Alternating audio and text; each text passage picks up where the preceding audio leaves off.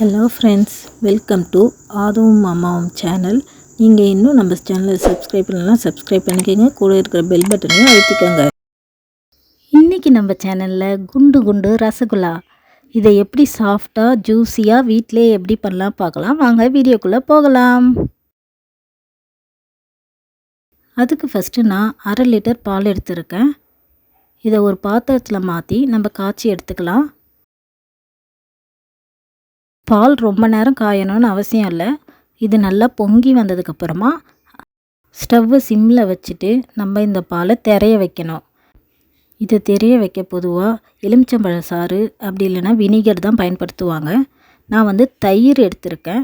இந்த தயிரை நம்ம கொஞ்சம் கொஞ்சமாக சேர்த்து நல்லா மிக்ஸ் பண்ணி விடக்குள்ளே தானாகவே திரைஞ்சி வந்துடும். நம்ம எலுமிச்சம்பழ ஜூஸ் அப்படி இல்லைன்னா வினிகர் சேர்க்கக்குள்ளே நமக்கு அதை வாஷ் பண்ணி எடுக்கணும். அப்போ பாலில் இருக்கிற டேஸ்ட் எல்லாமே வாஷ் பண்ணுற தண்ணியிலே போயிடும். அதனால் நான் தயிர் சேர்க்கறது தான் பெஸ்ட் ஆப்ஷன் சொல்லுவேன்.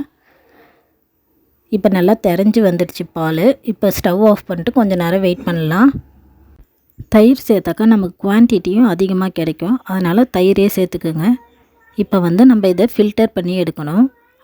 அதுக்கு ஒரு வடிதட்டியில் ஒரு மெலிசான துணி போட்டிருக்கேன். இப்போ நம்ம ரெடி பண்ணி வச்சுருக்கோம்ல பால், அதை நம்ம இதில் சேர்த்து வடிகட்டி எடுத்துக்கலாம்.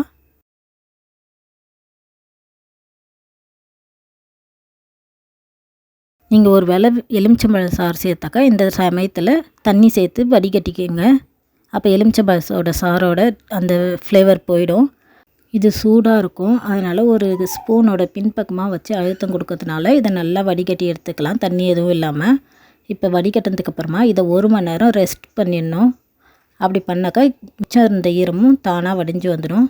அப்புறமா நம்ம சர்க்கரை பாகு ரெடி பண்ணுறதுக்கு 1/2 லிட்டர் பால் சேர்த்தோம்ல, அதனால் 1/2 லிட்டர் தண்ணியும் 100 கிராம் சர்க்கரையும் சேர்த்துக்கிறேன். சர்க்கரை சிறு கம்பி பதம் அளவுக்கு வந்தால் போதும், ரொம்ப கம்பி பதமாக இருக்கணும்னு அவசியம் இல்லை. இப்போ 1 மணி நேரத்துக்கு அப்புறமா நம்ம வடிகட்டி வச்சுருக்கோம்ல அந்த பால் திரைய வச்சது, அதை எடுத்துகிட்டு வந்துட்டேன். இது உதிரி உதிரியாக இருக்கும். இதை நம்ம கையால் நல்லா பிசைய இது பேஸ்ட் மாதிரி வரும். அந்த அளவுக்கு பிசையணும். கிட்டத்தட்ட 10 நிமிஷம் ஆகும்.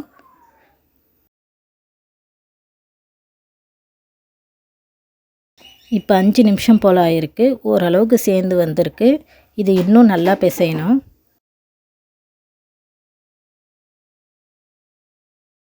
இந்த மாதிரி இழுத்து இழுத்து பிசைஞ்சாக்கா நமக்கு ஈஸியாக பிசைய வந்துடும். இப்போ எல்லாமே சேர்ந்து நல்லா வந்துடுச்சு.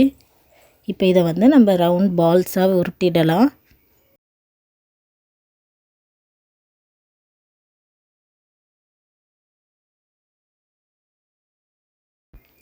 இப்போ ரெடியாக இருக்குது. இதே மாதிரியே நம்ம எல்லாத்தையுமே ரெடி பண்ணிக்கலாம்.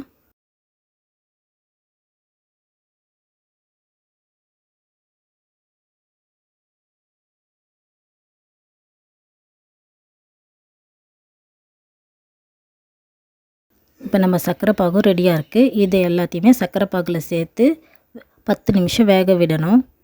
இது எல்லாமே சைஸ் நல்லா உப்பி வரும், அந்த அளவுக்கு வேக விடணும். இப்போ நல்லா வெந்து வந்துடுச்சு. இப்போ ஸ்டவ் ஆஃப் பண்ணிவிட்டு கொஞ்சமாக ஏலக்காய் பவுட்ரு சேர்த்துக்கிறேன்.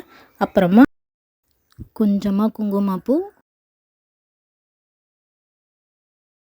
அப்புறம் கொஞ்சம் பிஸ்தாஷியோ. அவ்வளவுதான், நம்மளோட குண்டு குண்டு சாஃப்டான ரசகுல்லா ரெடி ஆயிடுச்சு.